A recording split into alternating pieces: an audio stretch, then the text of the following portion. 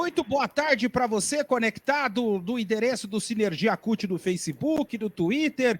Depois você verá a íntegra desse programa também aqui no YouTube. Estamos começando mais uma edição do nosso Panorama Energético, as notícias que interessam do setor elétrico.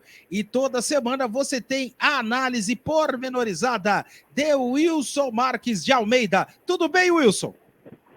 Tudo bem, Elias? Boa tarde para você, boa tarde à companheirada, o eletricário, do Sinergia, os companheiros e as companheiras que nos acompanham semanalmente nesse bate-papo.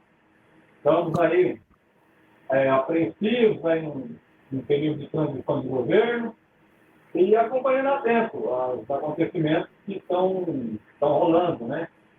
Me parece que depois da eleição, hoje, o presidente da República resolveu voltar a trabalhar, né? Depois de 20 e poucos dias repousando pós-eleição, ele volta a trabalhar hoje. Tomara que ajude na transição. Wilson, nós vamos começar o nosso bate-papo, principalmente com a questão do grupo de transição. O grupo técnico que vai fazer a transição do setor de energia do futuro governo Lula pretende negociar com o Congresso Nacional para assegurar a votação do projeto de lei 414, até uma análise da versão mais recente do texto do deputado Fernando Coelho Filho, do União Brasil do Pernambuco. Um eventual pedido nesse sentido já era esperado pelo setor, mas pode frustrar quem ainda apostava em um acordo de última hora para a aprovação da proposta. A proposta que altera o modelo comercial do setor elétrico já passou pelo Senado e tramita na Câmara dos Deputados, onde depende da aprovação da urgência para ser pautado em plenário. O texto final estava em negociação pelo Ministério de Minas e Energia e ainda havia alguma esperança do setor para que a proposta pudesse ser pautada ainda em novembro. Ô Wilson, queria que você explicasse de maneira pormenorizada o que é esse projeto de lei 414. Bem, Elias, já foi objeto de algumas conversas entre nós aqui em alguns programas.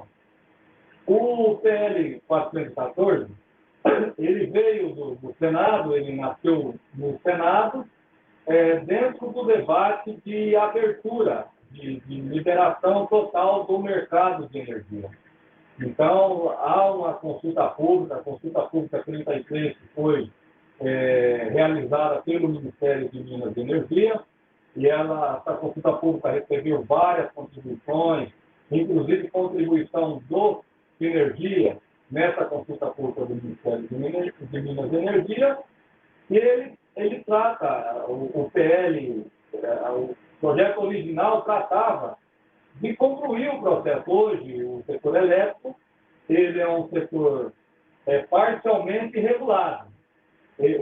Na verdade, ele é totalmente regulado, mas a comercialização, ela tem uma parte que ela tem a sua tarifa regulada, e tem uma outra parte que a energia é livre. Então, os grandes consumidores de indústria, do comércio, os grandes consumidores que consomem energia em alta tensão, acima de 2.000 volts, eles têm a liberdade de comprar energia de qualquer concessionária instalada no Brasil, seja ela a unidade da federação, que ela esteja localizada independente da unidade consumidora. Uma unidade consumidora de alta tensão, de extra alta tensão, ela pode estar localizada no estado de São Paulo e comprar energia de uma empresa de Goiás, do lado do Pernambuco.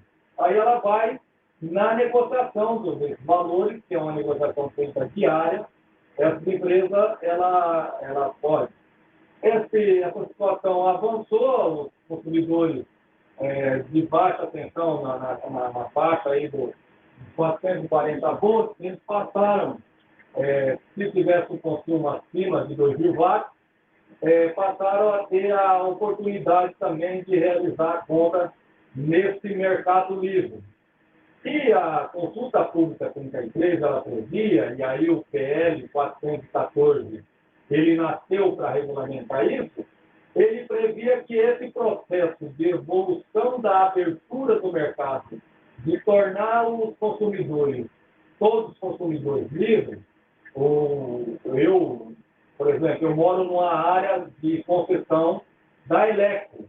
Então, como eu sou um consumidor residencial, não é meu caso, eu tenho autogeração, mas se eu não tivesse a autogeração, eu necessariamente teria que adquirir a energia consumida na minha residência da Electro. Eu não poderia consumir a energia da CPFL. Com esse projeto 414, ele apontava que ele fosse, já está aprovado pelo Senado, se ele fosse aprovado pelos deputados, pela Câmara dos Deputados, sancionado pelo presidente da República, ele aponta que em 2026, qualquer consumidor com qualquer nível de tensão ou faixa de consumo, no caso, um consumidor residencial, na minha condição, ou em qualquer condição de morador aqui de General Salgado, poderia adquirir energia de outras concessionárias. A exemplo do que é, volto a repetir, a exemplo do que é a telefonia celular hoje em dia. A telefonia celular, você pode comprar o seu crédito de celular de qualquer empresa. O que preocupa, e essa preocupação foi levada pela sinergia no debate da consulta pública 33, é que a energia é um bem essencial e um bem vital para as pessoas. As pessoas não têm mais condição de ter um lar, né? Embora a gente ainda tenha milhões de brasileiros que ainda não tiveram a oportunidade de ter acesso à energia elétrica, mas a energia elétrica é um bem que é impossível as pessoas se imaginar e viver sem a energia elétrica. Não só pelo conforto, pela tranquilidade, mas muitas pessoas têm a energia elétrica para manutenção de saúde, para manutenção de pessoas doentes através de máquinas, né? Então, a energia elétrica é um bem essencial à vida das pessoas. E seria, na avaliação nossa, que apresentamos na Consulta Pública 33, colocar os consumidores de energia elétrica na mesma condição dos consumidores de energia celular, é dizer o seguinte: tem energia elétrica quem puder ir na mercearia da esquina, quem puder ir na farmácia, no mercadinho e comprar um crédito de energia. Então, a pessoa vai lá e vai comprar R$100 de eletricidade para a sua casa. Os medidores todos serão medidores inteligentes, que vão todos serem substituídos, e o consumidor, ao adquirir aquele valor de energia, eu citei o exemplo de R$100, ele vai ter R$100 de energia. Acabou o consumo daqueles R$100, o consumidor é imediatamente desligado, ele só vai ter energia novamente se ele for lá e comprar novo crédito de energia. A não ser, que é a mesma situação da telefonia, as pessoas que adquirirem um plano de energia. Então, hoje, quem tem celular, quem tem um plano, um pacote de ligação, ele tem celular o tempo todo para trabalhar, para se comunicar. Então, as pessoas, na questão da energia, vai ter que ter um plano de energia para poder ter a sua casa. Então, é um debate muito profundo. Ele passou no Senado, só que quando cai na Câmara, ele ganha um monte de jabutis, como acontece no nosso Congresso desde sempre. No nosso Congresso, quando aparece um projeto determinado, os parlamentares eles se ocupam de pegar interesses regionais das suas bases eleitorais e colocam pendurado no processo. E isso é chamado de emendas jabutis. E esse projeto ganhou uma série de emendas jabuti, que várias delas o Fernando Bezerra atacou essas emendas jabuti, e agora está com dificuldade de discutir. Ele precisa ser, para ser aprovado nesse governo ainda, precisa ser aprovado no projeto de urgência de votação e para o plenário para ser votado. Se não for aprovado por urgência, aí tem que passar na Comissão de Constituição e Justiça, Comissão de infraestrutura, Comissão de Minas e Energia, e depois o plenário. Isso leva anos para acontecer. É por isso que é importante agora que as equipes de transição, tanto do governo sair como dos entrantes, estejam conversando para discutir esse ponto e dar uma tranquilizada nessa discussão. Não é uma discussão fácil de fazer. Outra pauta, acho que tem até relação com isso que a gente está discutindo, Wilson. Seguinte, o ministro de Minas e Energia, Adolfo Saxida, informou ao grupo técnico que vai fazer a transição no setor para o governo Lula, que decidiu suspender qualquer medida de caráter estratégico do Ministério de Minas e Energia até a posse do novo governo. Dentro disso, estariam decisões relacionadas à venda de ativos da Petrobras, como a TBG, que faz o transporte de gás da Bolívia para o Brasil, e imóveis da estatal. Correta a decisão dele, Wilson? Bem, correta e sensata, visto o que esse governo está fazendo com a Petrobras. Nós temos todo esse debate aí da questão do valor do combustível, que é muito propagandeado pelo atual governo sobre a questão da manutenção do valor do combustível. Agora, a Petrobras tem uma política de preço, e a política de preço que determina a política de preço da Petrobras é o retorno de dividendos para o acionista. E qual é a política que esse governo ultimamente tem adotado de maneira bastante agressiva? É vender ativos. É como se um cidadão na casa dele, ele passasse a não ter os recursos necessários, passasse a vender os móveis, sofá, geladeira, para poder manter a sua qualidade de vida. Então, o que a Petrobras fez? Manteve o valor do combustível em patamares baixos em relação ao que a política da Petrobras determinava, mas isso muito mesmo à custa de venda de ativos da Petrobras. Por exemplo, esse gasoduto Brasil-Bolívia, ele levou 50 anos no governo militar para sair do papel e aí trazer o gás natural da Bolívia. E a Petrobras, na turbina, dentro de um plano estratégico interno da empresa, não discutido com a sociedade, sem a sociedade acompanhar, eles estão vendendo. Eles venderam durante esses últimos anos, no ano de 2019 já começou, no ano de 2020, 2021 foi muito forte a política de desinvestimento da Petrobras, vendendo várias jazidas de petróleo, vários poços de petróleo. Agora, inclusive, está se dizendo aí a imprensa, uma parte da imprensa, não chegou ainda a grande imprensa, mas ainda corre nos bastidores que essas jazidas, esses poços de petróleo, foram adquiridos por amigos da família Bolsonaro e por amigos do Paulo Guedes, o que representa para a Petrobras um prejuízo de 600 bilhões de dólares. Ou seja, 5 ou 6 vezes a mais do que a Lava Jato. Isso é o que a Petrobras pegou de dinheiro vendendo ativos nesses últimos anos. E agora, corretamente, não vão conseguir, em 60 dias que falta para terminar o governo, concluir a loucura de ficar vendendo ativos da Petrobras.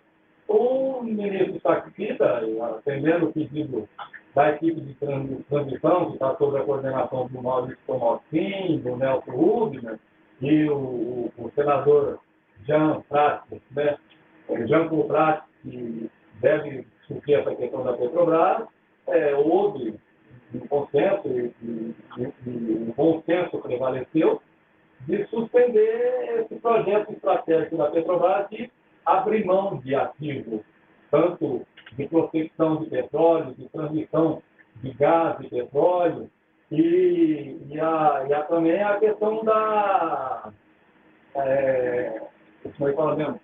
De abandonar esse projeto, a venda de imóveis, que outra coisa que é discutido na cabeça, A Petrobras ela é consumidora de imóveis pelo país inteiro, onde ela tem unidade.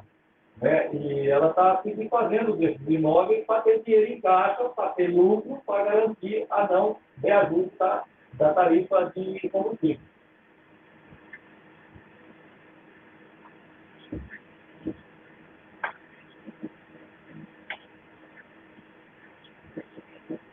Opa! É mais uma notícia aqui, que eu acho que é importante. Vamos aqui abordar.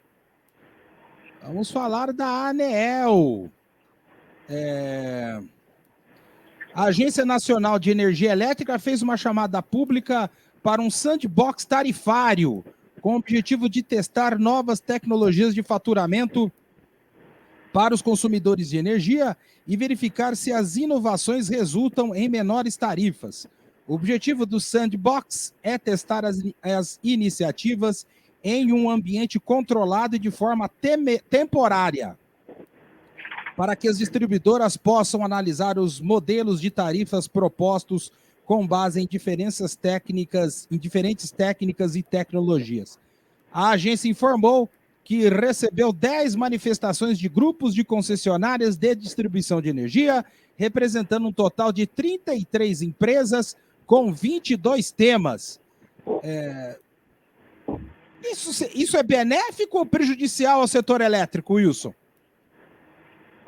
Na verdade, como nós falamos no programa anterior, nós estamos às vésperas da necessidade de renovação dos contratos de concessões. A nossa tarifa de energia elétrica hoje, ela é uma tarifa bem certificada. Nós começamos a falar sobre o consumidor livre, que é uma tarifa específica para o consumidor livre. Nós temos a tarifa regulada, que é aquela tarifa que os consumidores residenciais compram, que a distribuidora apresenta as suas planilhas de custo. A ANEEL e a ANEEL aprova todos os anos, por ocasião do aniversário do contrato de concessão, o valor dessa tarifa, e a cada 5 anos faz uma revisão tarifária para ver se aquela estrutura de tarifa que aconteceu durante os 4 anos ela está correta, muitas vezes ela é corrigida, outras vezes até dá uma reduzida. Nós temos a tarifa branca, que é a tarifa que os consumidores que se comprometem a aumentar o seu consumo fora da hora de conta, e é uma tarifa que existe, mas no Brasil é muito pouco difundida e muito pouco utilizada. É uma prática que tem muito na Europa. Na Europa é muito discutido isso, que é a própria senhora dona de casa, nesse compromisso que os consumidores, o conjunto de consumidores faz com a concessionária, de programarem suas máquinas de lavar roupa para lavar a roupa na madrugada. Ela não fica de madrugada, a máquina lava sozinha. Então, deixa a máquina programada para lavar a roupa na madrugada, e aí ela paga uma tarifa menor que lavou a roupa na madrugada.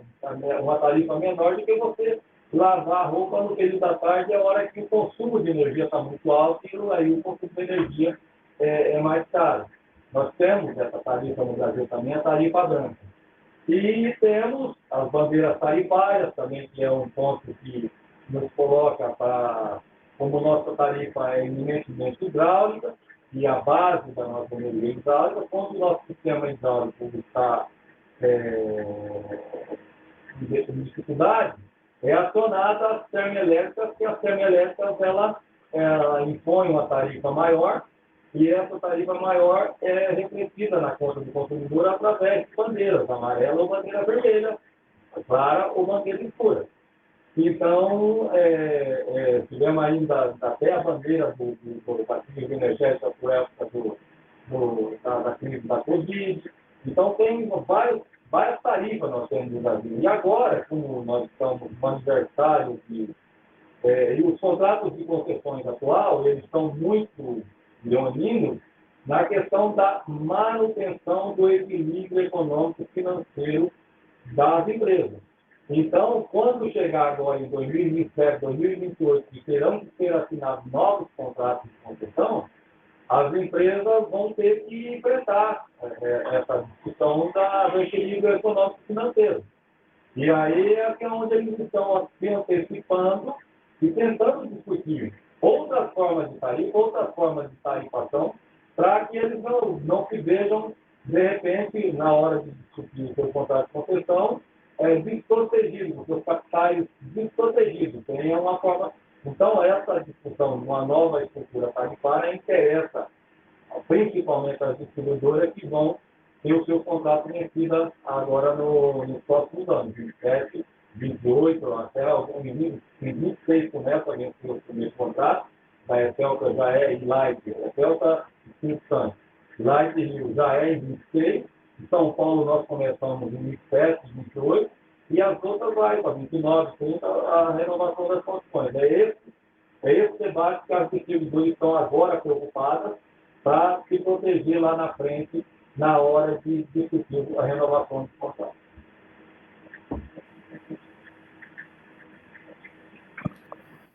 Outro assunto que nós queremos abordar aqui no nosso panorama energético, a gente vai, aqui. A União conseguiu suspender em segunda instância uma decisão favorável à Abrace em ação na qual a entidade questionava a criação de PLD máximo e mínimo por meio de decreto. O desembargador João Batista Moreira entendeu que a edição de nova norma regulamentadora não atenderia ao pedido da entidade e atendeu ao recurso colocado pelo governo. A decisão foi proferida em 17 de novembro, onde aponta o magistrado. Abre aspas, defiro por isso o pedido para suspender a decisão agravada no que concerne ao reconhecimento da ilegalidade da criação de preços mínimo e máximo por meio de decreto, oportunizando-se a parte ré o prazo de 90 dias para que, querendo, edite nova norma regulamentadora do tema. Na prática, Wilson, a decisão da Justiça prejudica quem? O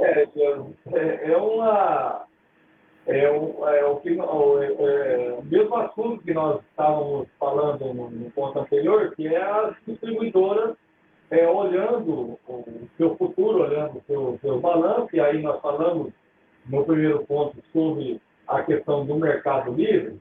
O mercado livre, que eu disse, o consumidor, o grande consumidor, hoje ele é um consumidor livre, ele pode comprar energia, ele pode estar no estado de São Paulo e comprar uma energia lá do Goiás, ele compra nesse preço líquido diário.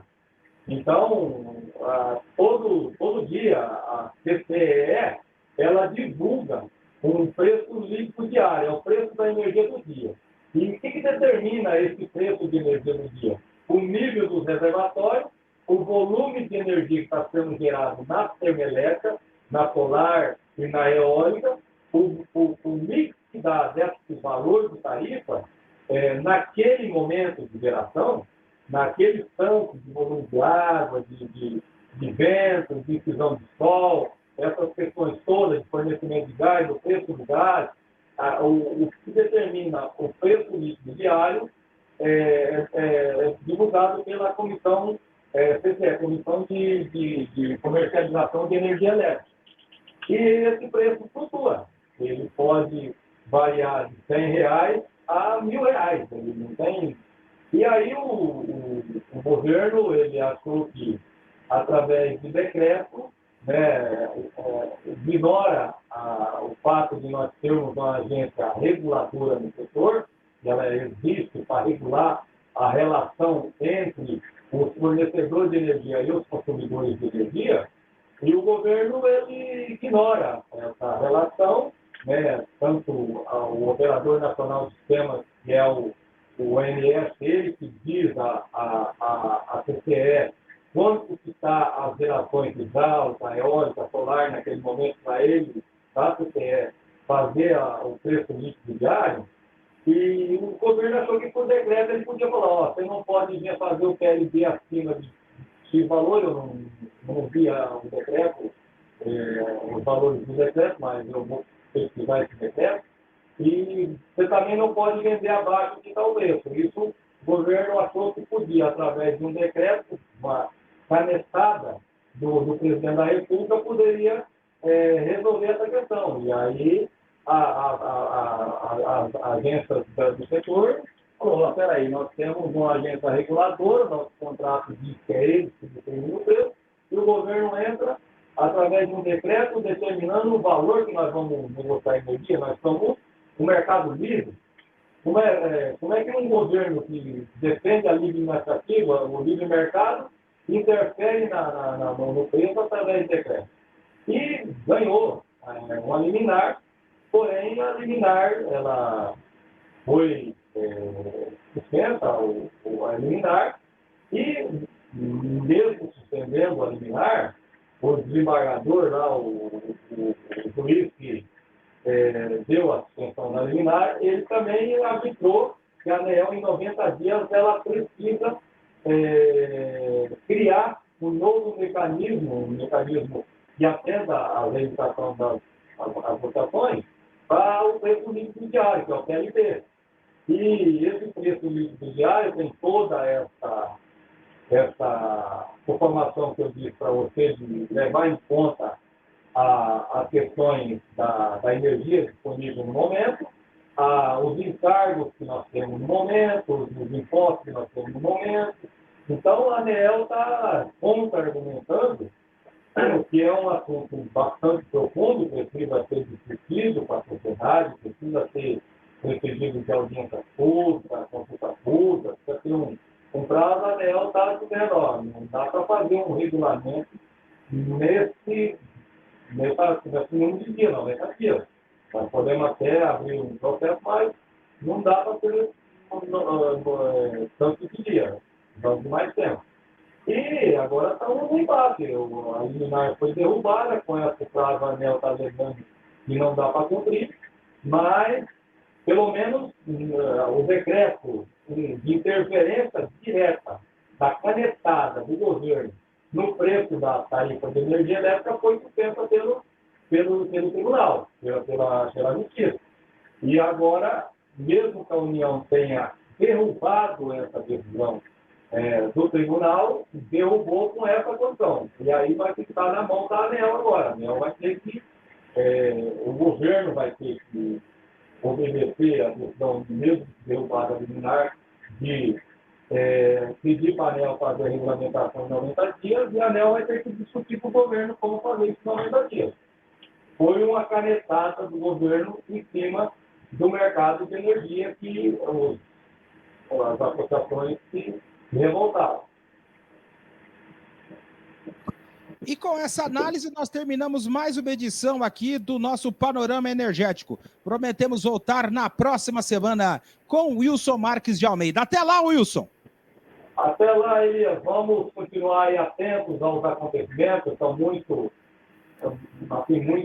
na chegada, né, dos acontecimentos. O setor elétrico é um setor bastante importante.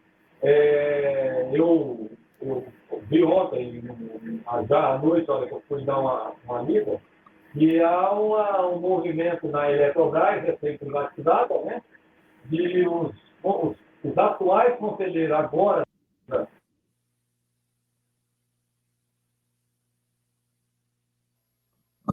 Acho que nós perdemos o contato com... Opa, pode falar, Wilson.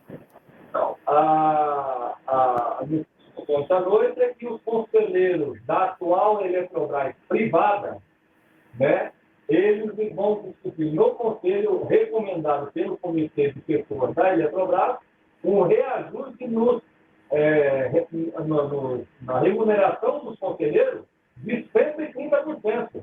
Então, segundo está lá no fato relevante da Eletrobras, esse reajuste do salário dos conselheiros da Petrobras é para refletir o novo momento de empresa privada no setor elétrico.